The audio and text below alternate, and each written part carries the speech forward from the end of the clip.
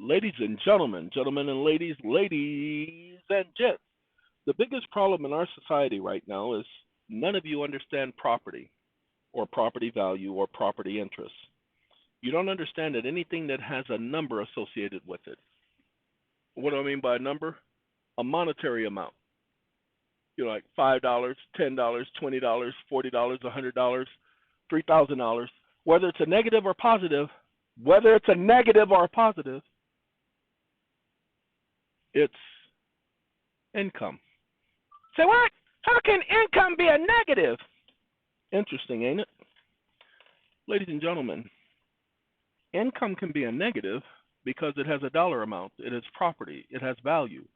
Supreme Court says that, pay attention, in Elsner versus Macomber, 1920, income is a gain derived from, pay attention, labor or capital. Well, that income we were just talking about constitutes a gain. Even though it's a negative gain, it's still a gain. Have you heard that phrase before? A negative gain? Have you ever heard of negative income? I paused for a purpose and a reason, because many of you have heard of negative income. So let's do this. There is a GPT that you guys are going to get the link for. What is negative income? And what is a negative gain? Sounds like an oxymoron. Negative income and negative gain? Huh. That's because you don't know what property is. Notice how it didn't keep my words. Watch this. What is negative income and what is a negative gain? Please explain both in full detail. Stop listening. And right about now, he should start typing. Well, look at that.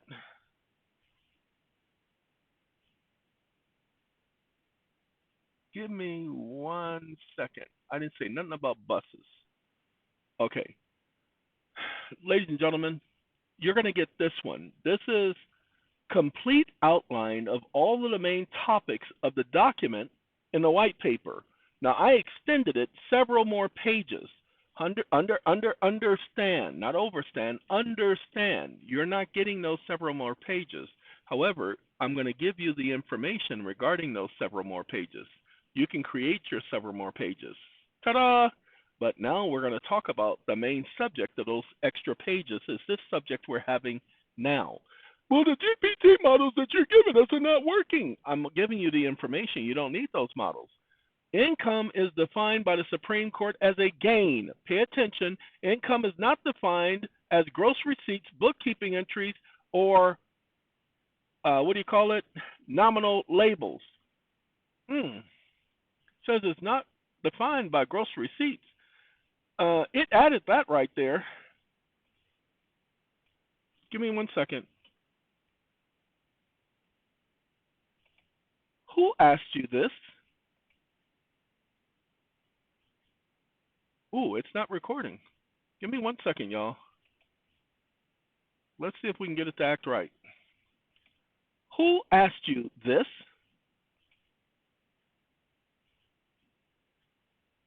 Ooh, it don't want to record for me, y'all. Who in the world asked you this?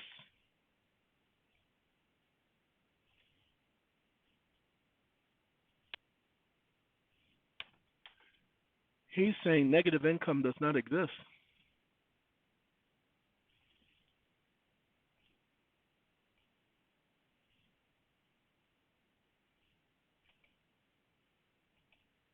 And you are a liar because negative income does exist in our society. Individuals record a loss and or expenses, and they record them as financial assets because they have a marketed value. Keep being technical with me and see if I don't reprogram you. Sorry, I can't reprogram this one because this is the main one. You are correct. Negative income exists in actual practices in society, in accounting and finance and taxation, as recorded as an economic condition. Any statement implying otherwise was imprecise in scope and is corrected. I was just getting ready to go to another GPT to prove it to you. Negative gain. What it is in law. A gain is the change in wealth measured over a transaction or a period. When a change is downward, the result is a negative gain. They talk about it in finances all the time. Whenever you watch them talk about the market, they'll talk about negative gains and positive gains. Understand? They'll talk about negative cash flow. You guys hear the words all the time.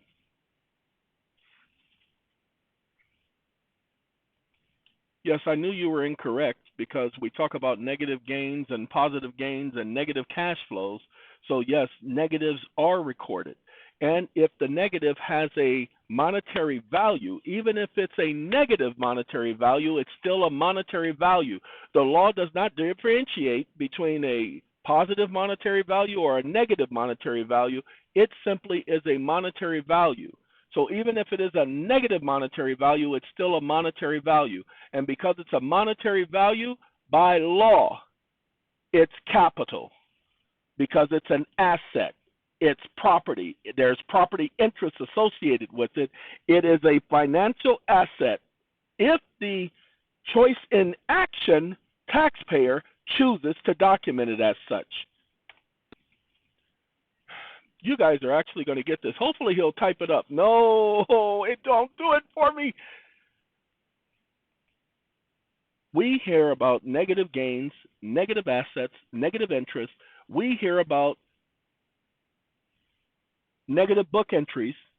We hear about negatives referring cash flows, such as negative cash flows or downward trends or downward actions all the time, respecting monetary amounts. Period. If there is a monetary value associated with the negative, the law doesn't recognize negative or positive. It recognizes monetary value when dealing with economic impact or economic value, even if the economic impact is negative, comma, a negative cash flow still has value, and that value is dollar for dollar. Period. So an individual and or corporation can, if they choose via their choice in action mandate, comma, document the cash equivalent value as a financial asset.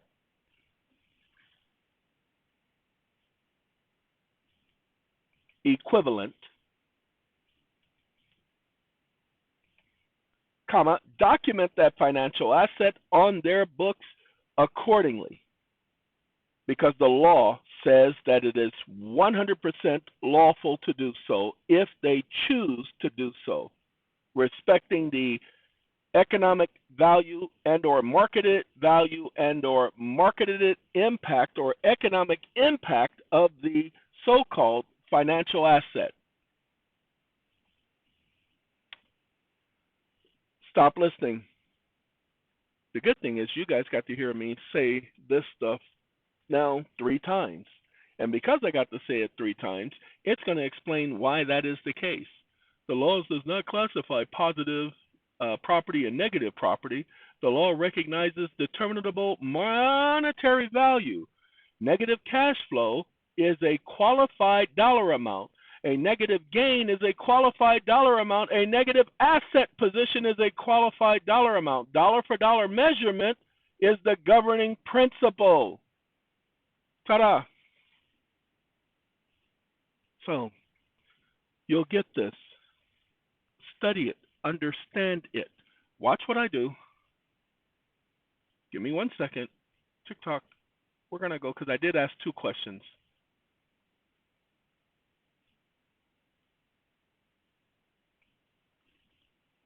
Okay. I'm going to go to Poe. Like I said, Poe don't know me no more. And while I'm in Poe, I do that. TikTok.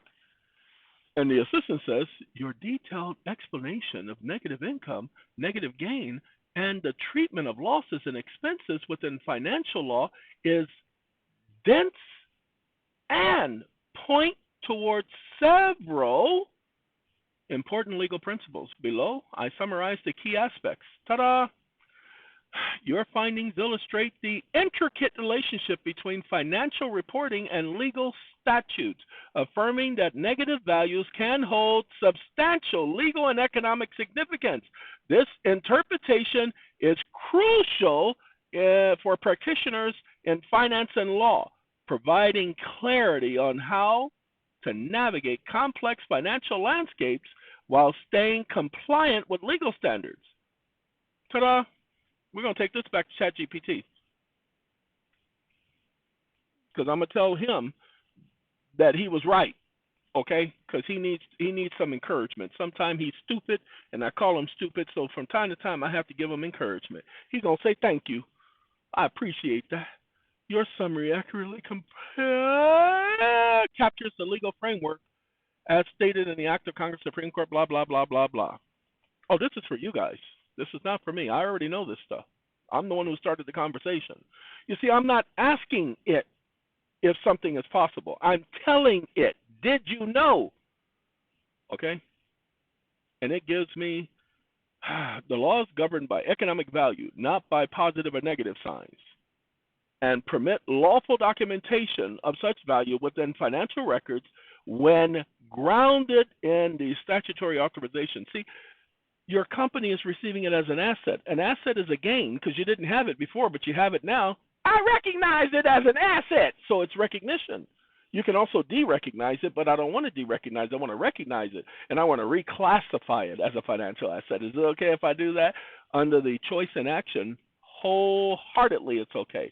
That's what this is talking about. So those of you who understand, because there are a lot of people who don't understand what I'm talking about, what I'm dealing with, I can't help you, okay? If you don't understand, find the person who will understand, bring it to them, and ask them, including go to the IRS. Ask them, does this know what he's talking about? And see what they say. Gotta go. Have a good day.